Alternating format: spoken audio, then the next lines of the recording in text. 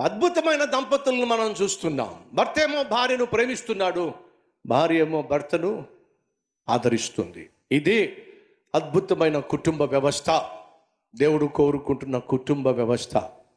అలా నువ్వు ఉంటే అంత బాగుంటుంది. ఇంత చక్కని దంపతుల జీవితంలో సమస్య వచ్చింది. ఏమిటి ఆ సమస్య అంటే, ఎవరూ తీర్చలేని సమస్య, వారు తీర్చుకోలేని సమస్య. అంటే ఇది దంపతులకు సంబంధించిన సమస్య.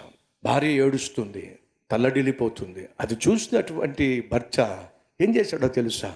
దేవుని దగ్గరికి వెళ్ళి ఏడ్చాడండి. అయ్యా, నీ చిత్తమే చేశాం, నీ చిత్తానుసారంగా వివాహం చేసుకున్నాం, గర్భఫలం నువ్వు ఇచ్చే బహుమానం, కానీ ఏం చేతనో మా ఇంట్లో గర్భఫలం లేదయ్యా, నా భార్య తల్లడిల్లిపోతుందయ్యా, తను ఏడుస్తూ ఉంటే నేను చూడలేకపోతున్నాను ప్రభువా, దయచేసి నా భార్యను కనికరించి బంగారం లాంటి ఒక బిడ్డను మాకు దయచే ప్రభువా అని దేవుని దగ్గరికి వెళ్ళి ఇస్సాకు ప్రార్థన చేశాడు.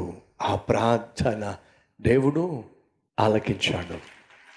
ఆ ప్రార్థన దేవుడు ఆలకించి ఒక బిడ్డని ప్రభువా అనంటే దేవుడు ఎంతమందిని ఇచ్చాడు? ఇద్దరినిచ్చాడు. సహోదరుడా, సహోదరి, అడిగిన వాటికన్నా, ఊహించిన వాటికన్నా అత్యధికముగా నీ ప్రార్థనకు జవాబిచ్చే దేవుడిని ప్రకటిస్తున్నా యేసు.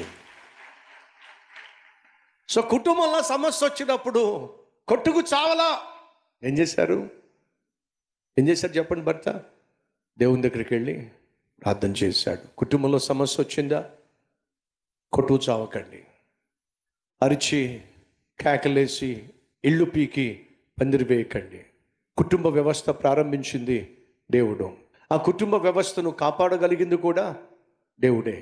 కుప్పకూలిపోవడానికి సిద్ధంగా ఉన్న కుటుంబాన్ని నిలబెట్టగలిగింది కూడా దేవుడే. ఎప్పుడో తెలుసా? నువ్వు ఆ దేవుని దగ్గరికి వెళ్ళి నీ కుటుంబంలో వచ్చిన సమస్యను చెప్పినప్పుడు. ఇస్సాకు తన కుటుంబంలో వచ్చిన సమస్యను గురించి దేవునితో చెప్పినప్పుడు దేవుడు ఆలకించాడండి. సహోదరుడా, సహోదరి, ఆ దేవుడు ప్రార్థన ఆలకించేవాడు. ఎందుకో తెలుసా?